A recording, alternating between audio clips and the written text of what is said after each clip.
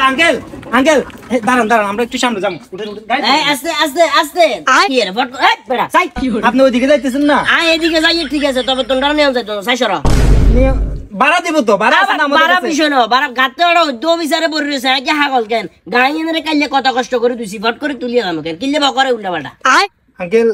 আমরা তো কাজ শেষ করি বাইরে কাজ শেষ করে আড়ি যা বাজি আড়ি যা একা প্রাইভেট কার আল্লাহ বলি এর প্রাইভেট কারের সমান কথা কি কইছি বুঝছস না তোর কোন আই তুই দাইতাম না এই সরো সাই কাছে লাগবো শুনেন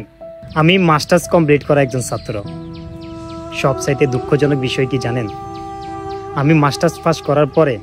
চাকরির জন্য অনেক জায়গায় ছুটাছুটি করছি কিন্তু আমার চাকরি হয় নাই ওই যে আমার মামা খালু নেই ঘুষ দেওয়ার জন্য পর্যাপ্ত পরিমাণ টাকা নেই এই জন্য আমার চাকরি হয় না আঙ্কেল আমাদের সমাজে এরকম হাজার হাজার মেধাবী তরুণ আছে যারা কিনা ছোটখাটো কাজগুলো করতেছে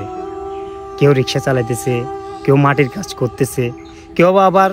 গ্রাম মহল্লাতে এটা সেটা বিক্রি করতেছে কেন জানেন আঙ্কেল